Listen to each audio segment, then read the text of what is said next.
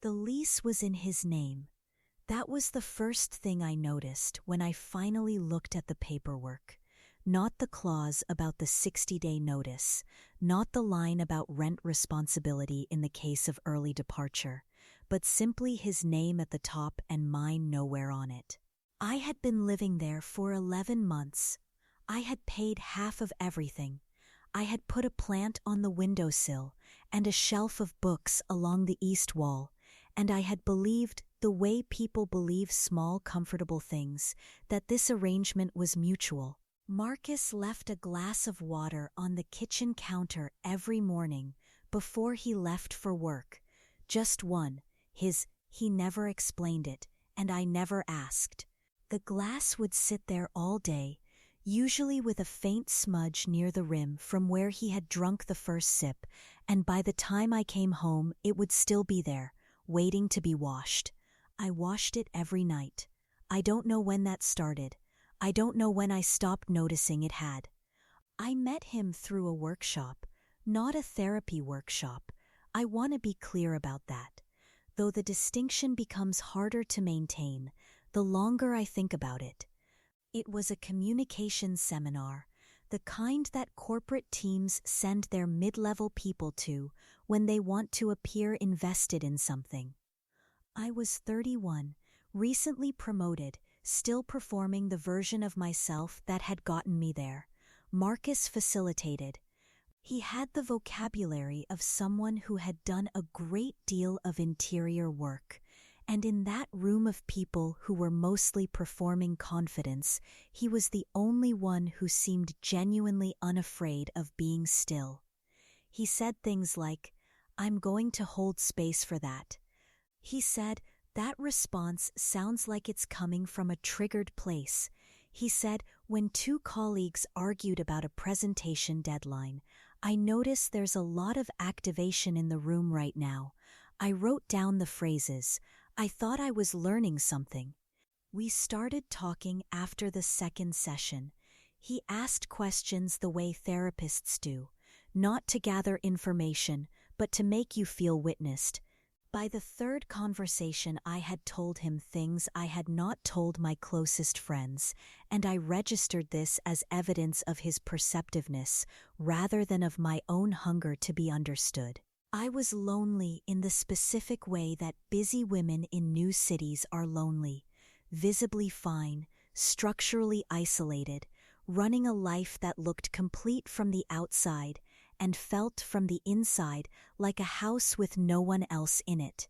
He noticed that, he would say later, that he had seen it immediately. He said it with warmth, with something that read like tenderness.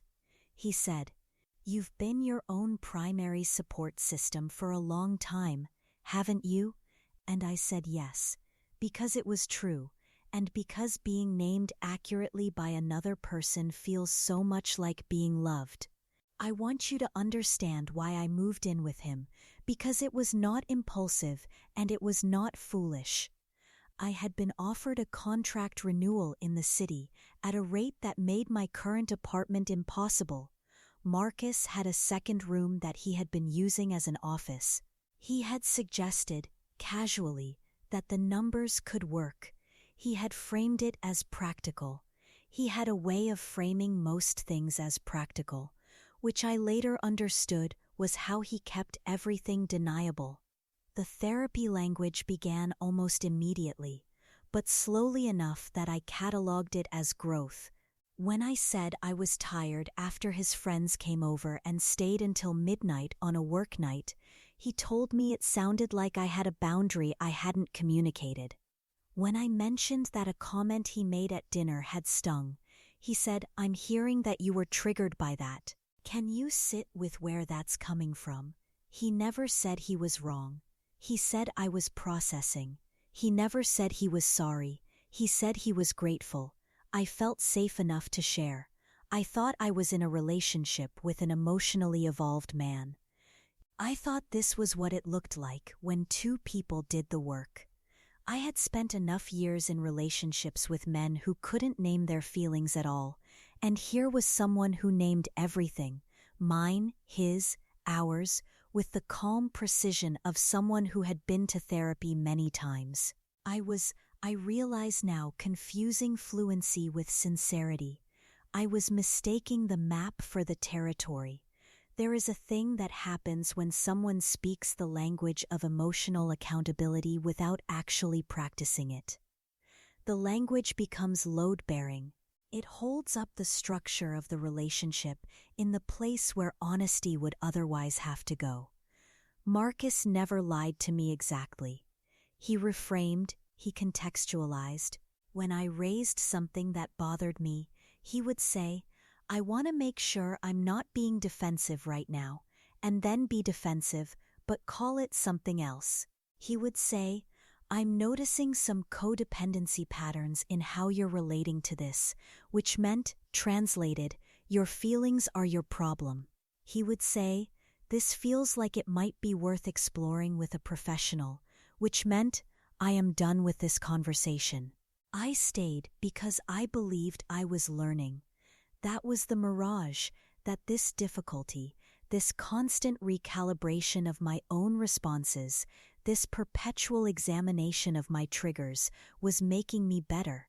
He told me I had unresolved attachment issues. He told me my conflict avoidance was keeping me stuck.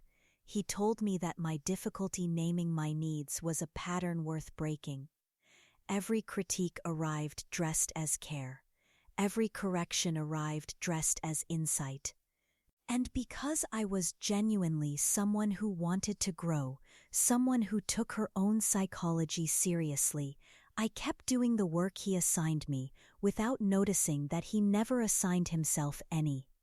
The glass on the counter. I started counting how many mornings I washed it without him acknowledging it. 31, 40. I started to feel something about the glass that I could not say out loud because I could already hear how he would respond. What is it about the glass that feels activating to you? I would end up defending the glass. I would end up defending myself for noticing it. I had learned by then that bringing anything small to Marcus meant having it reframed as evidence of my dysfunction rather than his carelessness. That is the mechanism, and I want you to hear it clearly. When the language of emotional health is controlled by only one person in a relationship, that person controls the definition of what is reasonable. They get to decide what counts as a conflict worth addressing. They get to decide whose reaction is proportionate and whose is triggered. They get to be the clinician while you are always, somehow, the patient. I started to edit myself before I spoke. I would have a thought, something direct, something clear, and I would run it through the filter of how he would receive it, which meant running it through his vocabulary, which meant translating my own experience into terms he had approved. I noticed, after a while, that I was using his phrases when I talked to my friends. I was telling them to sit with things. I was asking them if a feeling was coming from a grounded place. My sister told me I sounded different. I told her I was growing. The lease, I brought it up in February, 10 months in, after my name appeared nowhere on a utility bill I had paid for 3 months running. I said I wanted to be on the lease. He was quiet for a long time, the specific quiet of someone who has decided the conversation is beneath a response. And then he said, "I'm noticing some scarcity energy around this." He said, "This feels like it might be connected to some trust issues we haven't fully processed." He did not say no. He said, "I want us to both come to this from a regulated place before we make structural decisions." I waited for the regulated place. I am still not sure it was ever scheduled. I left in April. I left because of a Tuesday. He came home, and I had moved the books on the east wall to make room for a print I had bought. And he stood in the doorway and looked at the wall for a long time and said very quietly, "I would have appreciated being consulted about the shared space." And something in me, Something small and stubborn and still mine thought, those are my books. I put them there, I moved them. That is not a shared space. That is my wall in a home where my name is on nothing, and I am 32 years old, and I am tired. I did not say any of that. I said, you're right. I should have checked in. And I heard myself say it, and I heard it land. And that night I found a sublet, and I started packing. Here is what I want to tell you, and I want you to hold it. The vocabulary of healing can be a leash. The words boundary and triggered and trauma response are real words. They describe real things. But in the mouth of someone who has decided they are the only person in the room qualified to use them correctly, they become the architecture of a very quiet cage. You will not see the bars because the bars are made of language you were taught to respect. You will not feel the door close because it closes in increments, each one named, each one explained, each one offered to you as an opportunity for personal growth. The glass is still on the counter somewhere. Probably. Someone is washing it. I hope she notices when she starts.